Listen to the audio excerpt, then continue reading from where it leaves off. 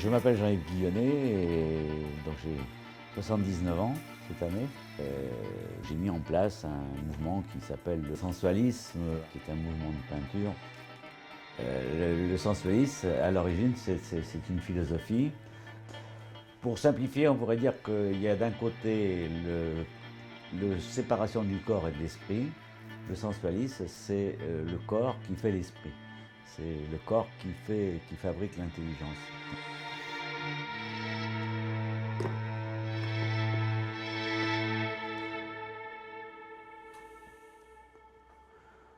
Alors là, c'est ce que j'appelle le travail d'intelligible, donc de mettre de l'intelligible dans mon travail, avant d'attaquer d'une manière un peu plus chaotique, enfin plus matérielle, plus sensible, travailler un travail de recherche ensuite. Mais avant de chercher, j'essaye de remettre un peu et de positionner. Donc ces écritures intelligibles me permettent de mieux aborder mon travail, pas trop parce que ça risque de me bloquer ensuite. Et puis en même temps, ça me permet de rentrer tout doucement en peinture. Petite coupe de médium. L'avantage de l'huile, c'est de pouvoir obtenir tout un tas de nuances, de subtilités, de travailler, voilà, de la pousser. L'inconvénient, c'est que ça se dilue très très vite. Donc là, c'est un bon prétexte pour tout reprendre, refaire le tour du propriétaire. Et puis donc, ce que j'appelle l'action la plus intéressante, la plus belle, c'est dépeindre. Donc notre boulot, nous, c'est plus dans poser de la couleur, poser des matières, ça, tout le monde contrôle, il n'y a pas de problème, c'est plus facile. Par contre, dépeindre, c'est-à-dire rechercher, en enlevant avec le ski en dessous, les effets qu'on peut obtenir, qui sont tellement puissants qu'on ne les a pas prévus et que moi-même, je suis complètement surpris des résultats que je peux obtenir. Le critère de beauté universelle, ça ne m'intéresse pas. Mais il est évident que quand on arrive devant une peinture, on ne peut pas juger puisqu'on arrive avec son beau à soi. Donc chaque individu arrive avec son beau, sa notion de beau. Donc moi, ma notion de beauté, évidemment, comme chaque artiste, comme toute personne, quand on fait une activité, on fait avec ses critères à soi. Mais en tout cas, je ne me prends pas la tête en disant oui, mais ça va plaire, ça va pas plaire, ça va pas plaire. Donc j'ai une notion de beauté qui est la mienne, qui n'est pas celle qui va me bloquer ou qui va m'empêcher de. C'est-à-dire qu'à un moment, si j'ai à choisir entre ce que je trouve beau et quelque chose qui est plus fort, qui est dans les critères de tension, de nouveauté, d'originalité, des choses, je vais prendre ce qui est nouveau.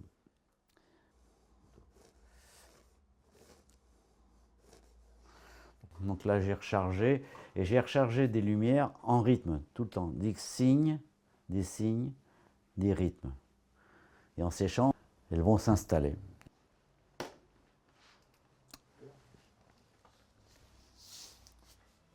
Voilà.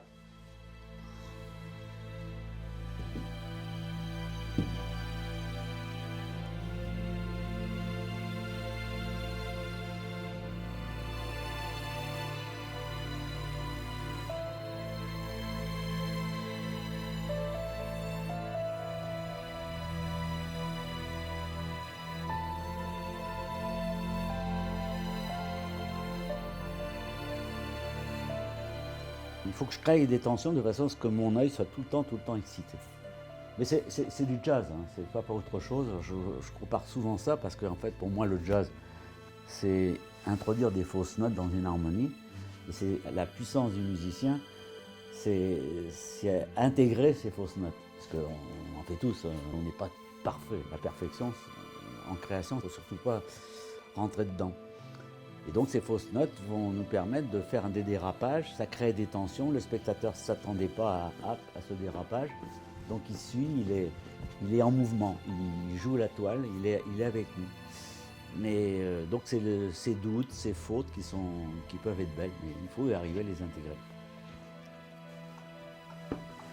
Là, donc, il y a une recherche qui se fait, qui est... là j'invente des couleurs que je suis incapable de faire. Voilà, donc c'est tout dans la sérendipité, là, c'est l'aléatoire. Et il y a des fois, ça marche ou ça ne marche pas. Mais cette prise de risque me permet de faire des trouvailles que je ne peux pas intellectuellement. Je peux pas, même avec mon expérience, je ne peux pas inventer.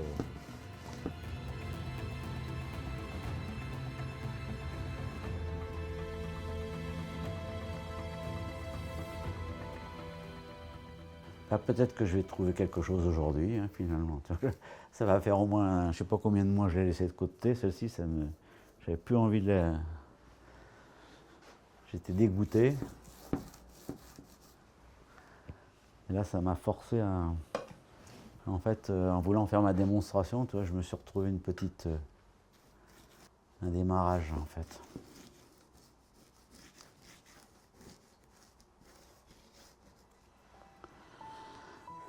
J'ai travaillé tout à l'heure sur la toile avec du carmin. Et donc, par association d'idées, j'avais mon carmin. Oui, peut-être que j'aurais pas eu cette idée-là. Je m'étais obstiné à vouloir la faire en bleu.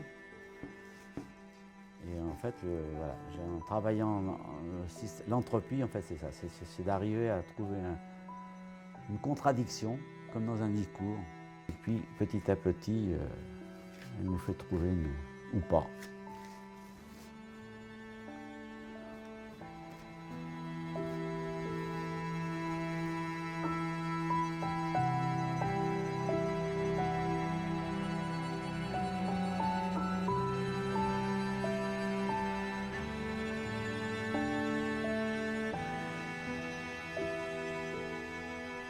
Donc j'ai la gestuelle, j'ai le rythme, j'ai les contrastes de qualité, des qualités de matière différentes, j'ai des couleurs originales, c'est-à-dire qu'avec un mon bleu, mon rouge, le vert qui est en dessous, j'ai les transparences, il y a tout un tas de choses qui se... Là, pour moi, c'est le bonheur. Hein. Sans savoir, alors peut-être que si je continue à travailler dans 15 jours, bah, ça sera tout écroulé. Mais si je ne veux pas que ça s'écoule, je l'arrête. Et si je l'arrête, je vais répéter 15 000 fois la même chose. Je vais pas avancer.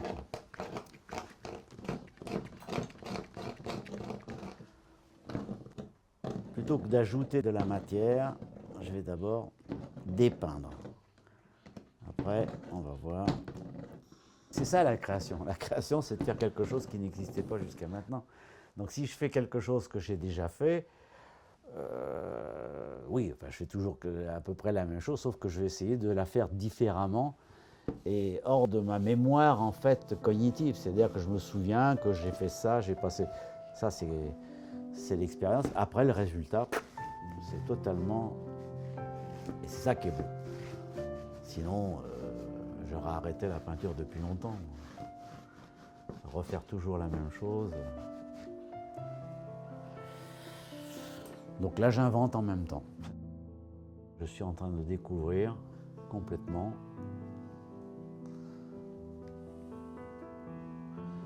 En fait, il y a deux façons de voir la peinture aussi. C'est soit je suis un interprète, soit je suis un compositeur. Donc si je suis un interprète, c'est bien, c'est très légitime. On peut très bien se contenter d'être un interprète, de s'amuser, c'est un bon loisir, récréatif, plaisant, agréable, motivant. Et puis il y a le deuxième échelon, j'allais dire, qui est un travail de recherche pour faire sa propre composition et sortir quelque chose qui soit vraiment très personnel. Voilà, le but de la recherche au niveau de la création, c'est de finir par trouver des formes, éventuellement, si je travaille dans ce sens-là, par exemple. Est-ce que c'est une mer, un océan, j'en sais rien, est-ce que c'est un bateau? Mais surtout de pouvoir exploiter toutes ces variétés de textures, de choses qui se passent. On pourrait faire aussi, mettre des coups de pinceau, des machins, des trucs, de mettre n'importe comment. Il n'y aurait pas de rapport humain, de rapport avec l'autre. Là, j'essaye de trouver des signes qui fassent sens, des signes qui vont se rapprocher. Voilà. Il y a des choses comme ça qui sont superbes. Voilà. Ça, c'est du sensible ou pur. Donc là, c'est ma sensibilité, c'est mon expérience qui fait que je vais chercher ça, je vais retenir et à un moment, paf, je vais en faire de trop, paf, tout s'écroule parce que j'ai voulu aller trop loin. Alors si tout s'écroule, je peux tout reprendre, recommencer, etc. C'est infini. Hein.